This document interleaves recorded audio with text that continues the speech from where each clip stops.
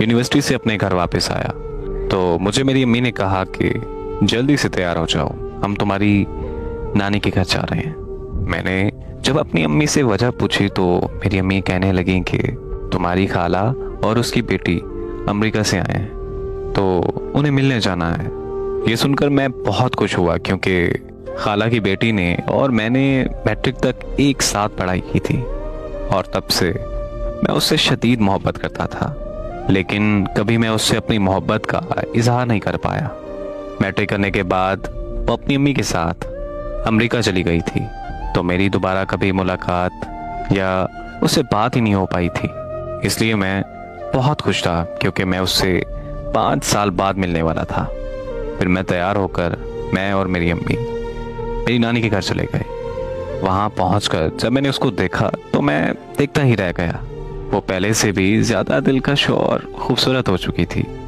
दुआ सलाम करने के बाद मैं फ़ोन सुनने के लिए छत पर गया तो वो भी मेरे पीछे छत पर आ गई और मेरा हाथ पकड़कर कहने लगी कि क्या तुम मुझसे शादी करोगे। मुझे लगा कि शायद वो मजाक कर रही है, लेकिन मुझे उसने बताया कि वो बचपन से मुझसे मोहब्बत करती है और वो ख़ास मेरे लिए ही पाकिस्तान आई है।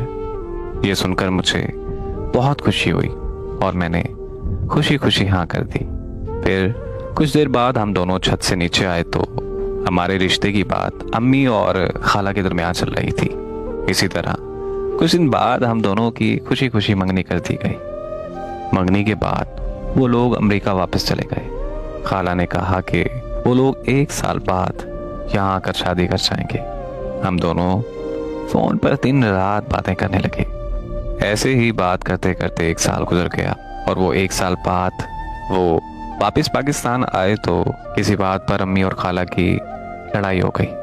मेरी खाला ने रिश्ते से साफ इनकार कर दिया कि वो अपनी बेटी की शादी मुझसे नहीं करवाएंगी और वो सब वापस अमेरिका चले गए।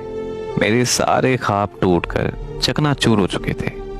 अमेरिका जाकर उसने मुझे कॉल की और वो रोने लग गई। मैंने उसे दिलासा दिया कि सब ठीक हो जाएगा, तुम फिक्र मत करो। और फिर हम दोनों अम्मी और खाला की सुलह होने का इंतज़ार करने लगे। पूरा 1 साल ऐसे ही गुजर गया, लेकिन अम्मी और खाला की सुलह नहीं हुई।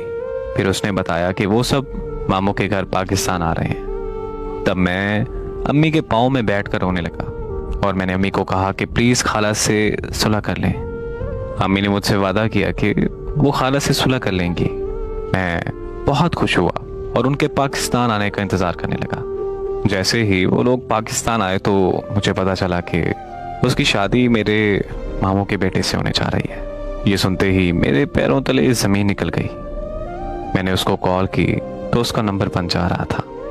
अम्मी के लाख मना करने के बावजूद भी मैं मामू के घर चला गया। वहाँ मैंने मामू की मिन्नतें की और अपनी खाला के पाँव में बैठ गया, लेकिन मेरा दर्द, मेरी तकलीफ किसी ने नहीं समझी, बल्कि मेरे मामू ने मुझे धक्के मार के अपने घर से निकाल दिया। मेरी कज़न वहीं मौजूद थी। वो सब कुछ अपनी आंखों के सामने होता हुआ देख रही थी, लेकिन वो बिल्कुल खामोश खड़ी थी। और फिर 2 दिन बाद उसकी शादी हो गई।